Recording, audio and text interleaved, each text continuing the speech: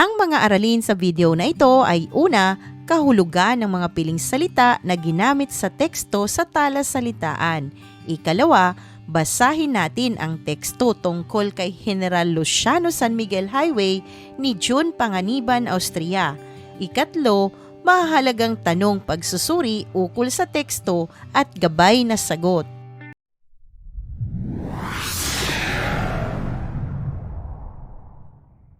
Narito na ang kahulugan ng mga piling salita na ginamit sa teksto. Unang bilang, nagbuwis, nag-alay. Ikalawa, dakilain, kilalanin, magbigay ng pagpupugay, ipagmalaki o papurihan. Ikatlo, sagupaan, labanan o paghaharap sa isang laban. Ikaapat, marangal, taong may dalisay na katangian o kapurihan, may integridad. Ikalima, pag-aaklas, pagtutol, pakikipaglaban o paghihimagsik. Ika-anim, sumapi, sumanib, sumali o sumama. Ikapito, nagtangka, sumubok o sinubukan. Ikawalo, naisakatuparan, naisagawa o natupad. Ikasyam, nagsalimbayan, paruot parito, salitan o salubungan. Ikasampu, sumiklab, nagsimula, naglagablab. Basahin na natin ang sanaysay na sinulat ni June Panganiban, Austria na pinamagatang General Luciano San Miguel Highway. Kilalanin natin kung sino ba siya sa ating kasaysayan.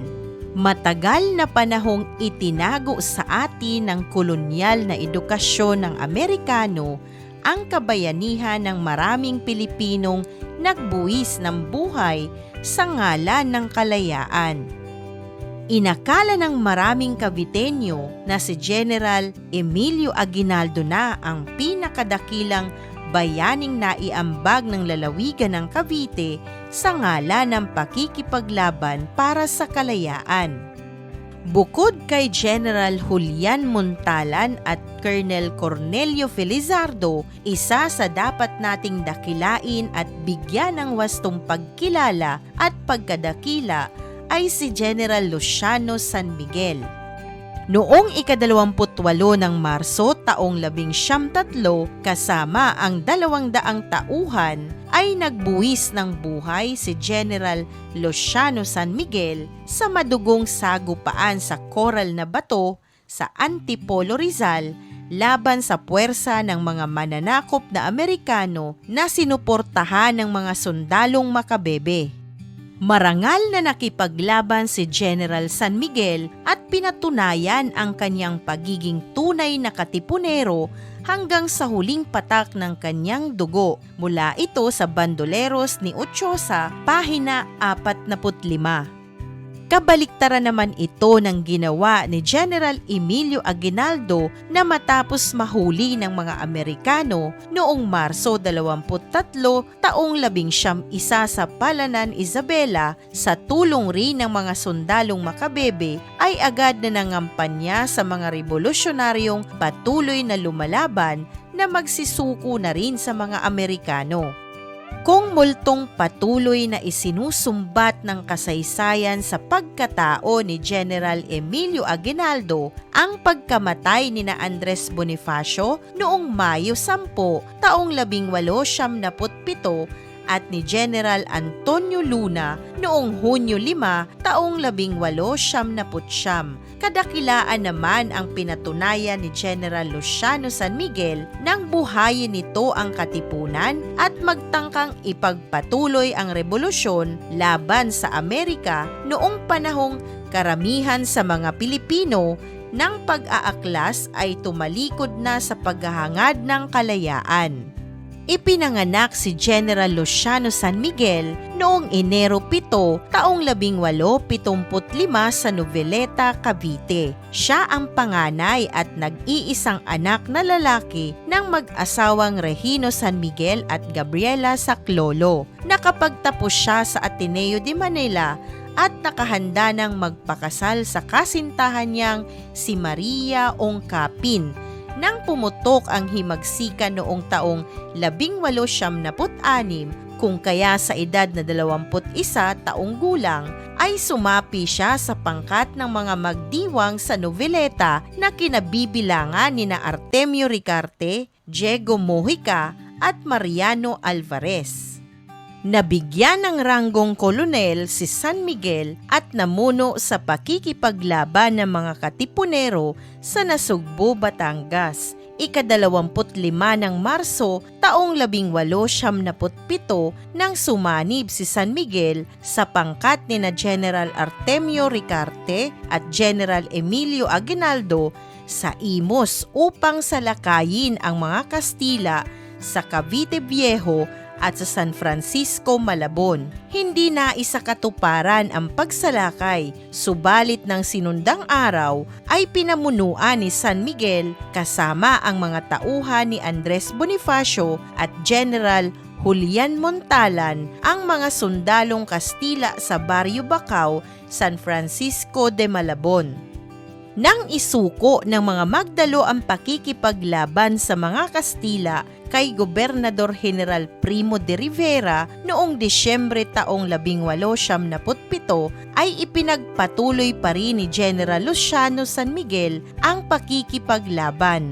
Pinamunuan niya ang pangkat ng mga revolusyonaryo sa gitnang Luzon hanggang muling magbalik si General Aguinaldo upang ipagpatuloy ang pakikipaglaban sa mga Kastila. Tauhan ni General San Miguel ang unang napatay sa tulay ng San Juan nang sumiklab ang digmaang Pilipino-Amerikano noong ika-4 ng Pebrero taong 1879. Ipinagpatuloy ni General Luciano San Miguel ang pakikipaglaban sa mga Amerikano kahit pa isa-isa nang nagsisuko ang mga pinuno ng rebolusyon gaya nina General Emilio Aguinaldo, General Vicente Lucban at General Miguel Malvar. Binuo ni General San Miguel ang bagong katipunan magmula taong 1902 na naglalayong ipagpatuloy ang pakikipaglaban sa mga Amerikano hanggang sa makamit ang kalayaan. Bandolero o tulisan ang itinawag sa kanya ng mga Amerikano. Magiting niyang ipinagpatuloy ang pagpapalaya ng bayan kahit pa karamihan sa mga datihan niyang kasama ay nagsisuko na at nakipagsabwatan na sa mga Amerikanong mananakop. Kasabay ng kanyang pakikipaglaban ang iba pang bayaning itinago ng mga history books na sinulat ng mga Amerikano gaya ng kabayanihan ni na Macario Sakay, Felipe Salvador at ng dalawa pang Caviteñong sina General Julian Montalan na taga General Trias at si Colonel Cornelio Felizardo na taga Aniban, Bacoor. Sumapit ang wakas ng pakikipaglaban ni General Luciano San Miguel noong ika-28 ng Marso taong 1903. Habang nagsasalimbayan ang putok ng baril at isa-isang nalalagas ang mga tauhan ni General Luciano San Miguel, ay narinig siyang sumisigaw ng ialay ang buhay para sa inang bayan. Ang kalayaan ay ang tunay na kaligayahan at karangalan. 3 bala ang sunod-sunod na tumama sa kanyang katawan at kumitil sa magiting na Caviteñong general. Ang punit-punit at tadtad ng balang watawat ng katipunan ay natagpuan ng mga sundalong Amerikano. Gayon din ang iba't ibang kasulatan na nag-uugnay sa paghihimagsik ni General San Miguel at ng mga taga-suporta niya sa Maynila. Ito ay matatagpuan sa aklat na I Past Revisited ni Constantino, pahina 259.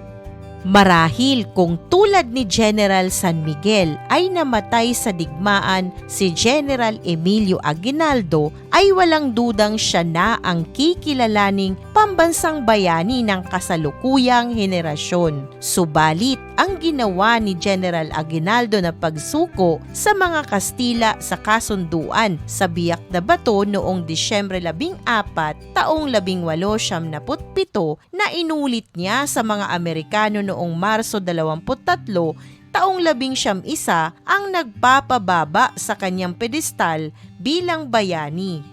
Ang kanyang pagdalo sa Araw ng Kalayaan Noong Oktubre 14, taong 1943, kalayaang ipinagkaloob ng mga Hapones ay ang pangatlong pagkakataon ng kanyang pakikipagsabuatan sa mga dayuhan. Malayong malayo ang kabayanihan ni General Luciano San Miguel sa naiambag ng unang Pangulo ng Republika ng Pilipinas. Hindi kaya panahon ng kilalanin si General Luciano San Miguel at panahon na ring ipangalan sa kanya ang mahabang kalsadang tumatagos mula Coastal Road hanggang sa may boundary ng Tagaytay at Nasugbo, maligayang paglalakbay sa General Luciano San Miguel Highway.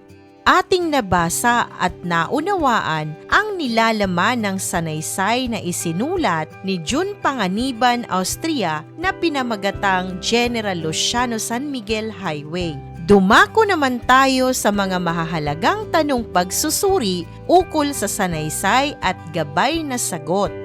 Unang tanong, bakit hindi na ituturo sa kasalukuyan ang kabayanihan ni General Luciano San Miguel? Narito ang maaari mong maging gabay na sagot.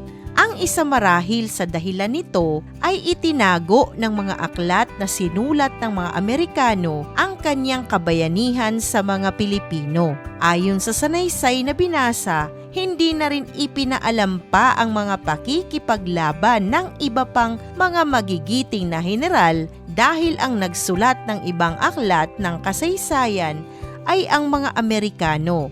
Binigyan tuon marahil ang mga nagawa ng ilang Pilipino na sumasang-ayon at pumapabor sa kanilang adhika, kaya wala na silang binanggit ukol sa mga Pilipinong nakikipaglaban para sa kalayaan.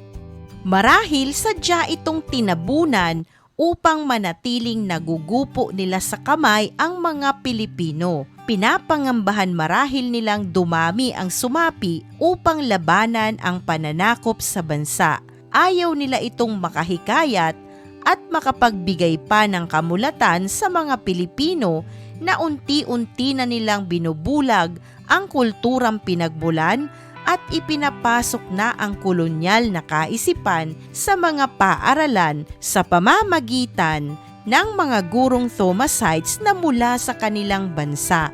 Ikalawang tanong, sang-ayon ka ba na dapat ipangalan na sa kanya ang Aguinaldo Highway? Narito ang maaari mong maging gabay na sagot. Marahil, wala namang masama kung sakaling ito ay isagawa. Panahon na marahil na alamin at kilalanin pa ang mga Pilipinong bagamat hindi na kilalang bayani ay labis ang kanilang ginawa para sa bansa makamit lamang ang kalayaan. Marami ang tunay na nag-alay ng buhay dulot ng kanilang pagmamahal sa bayan at malasakit sa kaunlaran at kapayapaan ng mamamayan. Panahon na marahil na ipakilala ang mga tahimik lamang na bayani ng ating bayan. Kahanga-hanga si General Luciano sa kanyang ginawa para sa bansa. Ipinakita niya ang tunay na tapang at malasakit. Marapat lang na siya ay bigyang halaga sa kasaysayan bilang pag-alala at pagbibigay pugay na rin sa kanyang ambag sa kalayaan. Ikatlong tanong, bakit maituturing na ang nasabing akda ay tekstong persuasive? Narito ang maaari mong maging gabay na sagot. Tekstong persuasive ang akdang ito ni June Panganiban, Austria, sapagkat siya ay nagbigay paglilinaw at paliwanag tungkol sa mga naganap noong panahon ng pananakop ng mga Amerikano sa ating bansa. Sa mga nakalap na datos ng may akda, nakumbinsi akong wasto lang na kilalanin ng maraming Pilipino si General Luciano San Miguel, lalo't malaki ang naging kontribusyon nito sa ating kalayaan at kasaysayan. Marapat na siya ay bigyang parangal at pagkilala lalo na ng mga kabataan sa kasalukuyan. Isang mahalagang aralin muli ang iyong napanood. Maraming salamat sa panonood sa channel na Aralin sa Filipino. Huwag mag-atubiling mag-comment ng inyong tanong, suggestions o paglilinaw ukol sa aralin. Munting kahilingan sa iyong kaibigan, paki-like, share and subscribe para para updated ka sa mga susunod pang bagong video ng Aralin Mo sa Filipino.